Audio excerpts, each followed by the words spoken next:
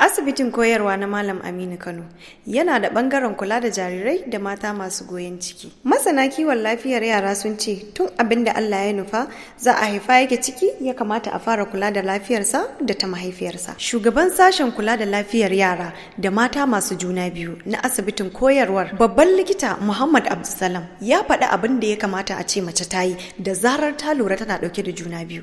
In dai mace ta lura cewa tana da juna biyu, to akwai buƙatar ta yi taka tsantsan wajen shaye-shayen magunguna musamman a wata 3 na farko. Magungunan nan Allah na bature ne ko na gargajiya. Abin da yasa na ce haka, lokacin nan ake halittar sassa na ɗan adam. To idan aka yi rashin sa'a, akwai magungunan da suke katsalandan wajen halittar ɗan adam. To an yi wani yanayi can shekarun baya da aka yi ta amfani da wani magani da ake kira thalidomide.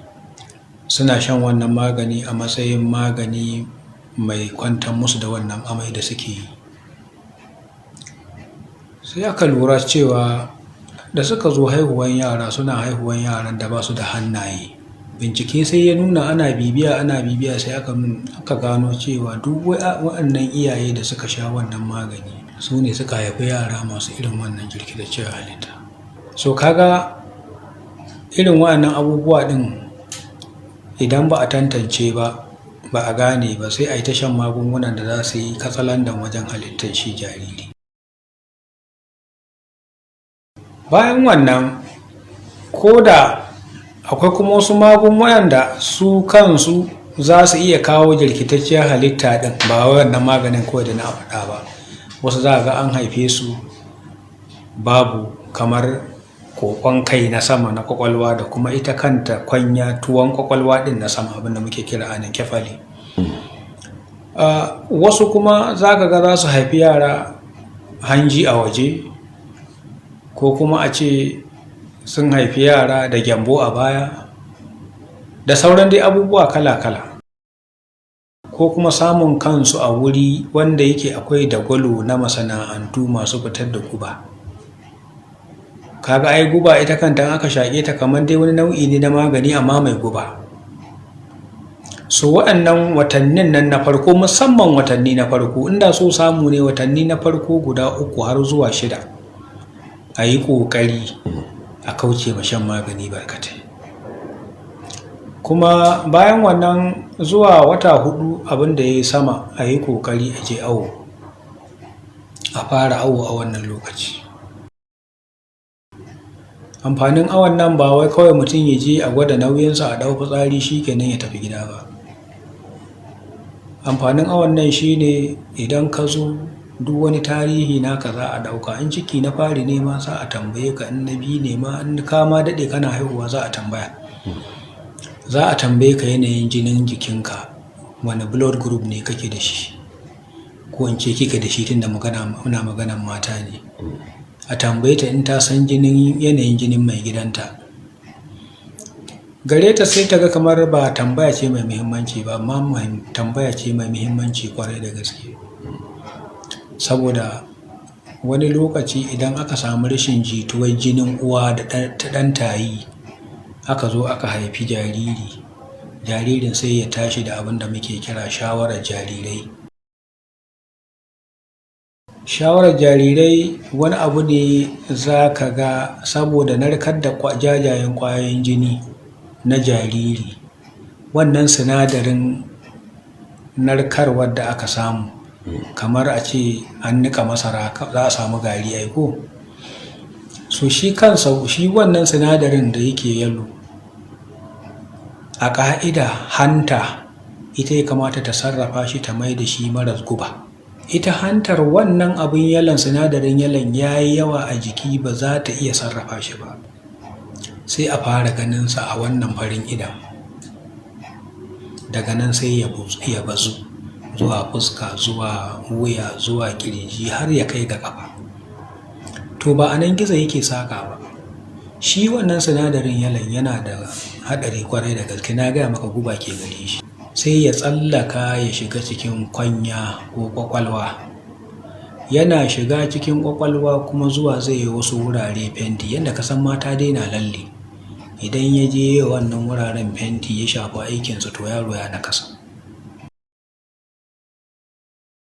A lokacin watakila abinda uwa za ta gane shi ne kawai an haifi yaro jikinsa ya yi yalo, ta ba shi nono baya iya tsoro sosai, ko kuma wani lokaci yakan kwalla wata ƙara, ko wani lokaci yakan sandare wuyansa ya baya.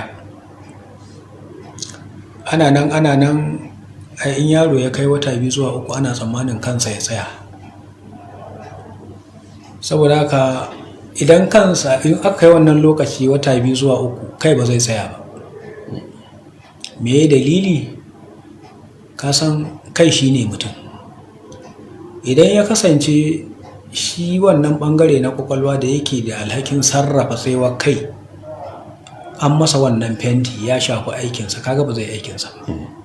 Ina kilo-kilo ka kasan ku sai kai ya tsaya ake zama, saboda in ka zauna kai yayi baya kaga babu balance, dole za a faɗi. Jiyan nan nake ganin yaro shekara guda aka kawo min shi ofis, kansa bai tsaya. Kai ba ma shekara guda ba, akwai wani wanda na gani sati da ya wuce wallahi ya kai shekara ta kai 5 har yanzu kansa bai tsaya ba saboda wannan abu da ya faru.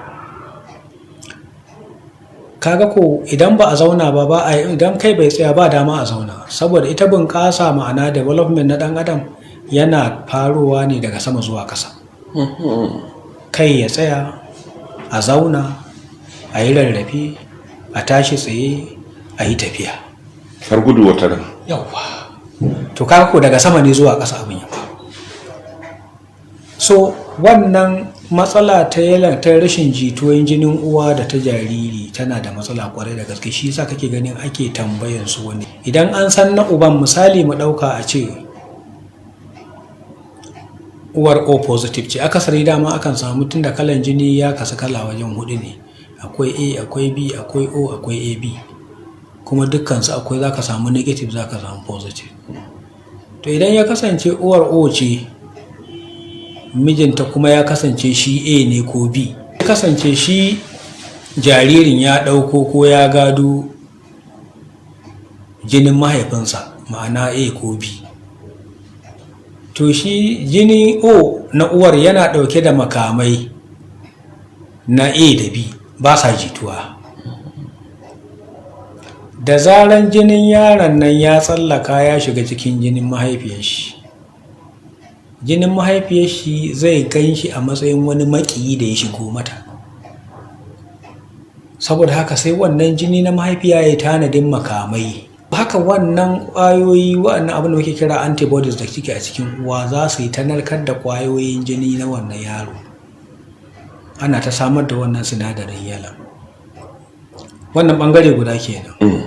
Akwai wani ɓangaren inda za ka ga uwar negative ce, shi kuma yaron in ya kasance babansa positive ne, watakila ya gado jinin babansa shi positive din, nan ma da zaran jinin yaro ya tsallaka ya shiga cikin jinin uwa za ka san ko a lantarki positive da negative ba a jituwa.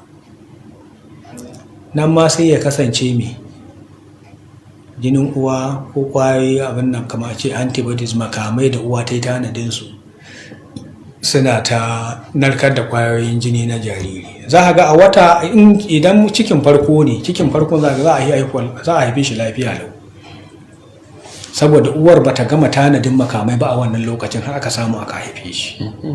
Amma daga ciki na biyu in ba a yi wani abu ba za ka ga ana ta shi sa za a ga wani lokaci mutanenmu na karkara ana ta cewa uwa tana ta samun wabi, tana haihuwa 'ya'ya ba sa rayuwa, cutar wabi ne da ita, ko irin waɗannan abubuwan su suke kawo wannan abu. To kaga ashe kenan idan har ba a je asibiti an bincika yanayin jininta ba da namijinta ba, kaga ko sai a yi ta samun irin waɗannan mushkiloli. Idan ya kasance ita positive ne, ɗan tayin da ke jikinta ita negative ce, ɗan tayin da ke jikinta positive ne, wataƙila har mun samu labari ta riga ta haihuwa farko lafiya lau, to a cikin nan na biyu akwai allura da ake bayarwa.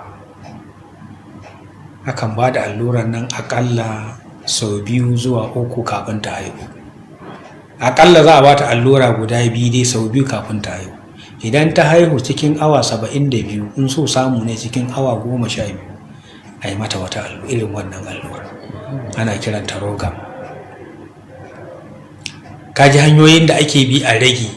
In ba haka ba, cikin nan na 2 aka yi wasa, idan shi ma positive din ne ita kuma uwar negative ce, to yaron tun yana ciki za a yi ta narkar da ƙwayoyin jininsa har jininsa ya kusan karewa, sai yaron ya samu abin da ake kira heart failure tun yana ciki, ma'ana kasawar zuciya. Sai kaga yaro yana ta kumburi a ciki, ruwa na taruwa a jikinsa, yana taruwa a kirjinsa. Sai ka ganshi da an haife shi kuma ana iya haifuwan shi abin da ake kira stillbirth, ba rai. Za ka ga yaron nan yayi kama, aka haife shi yayi kama da abin da mutanenmu na Indiya suke bautawa, Buddha. Buddha stand haka, ta gan shi wani iri haka. So shi ke jawowa ake haihuwan yara za ka gan su babu rai a irin wannan mutanen.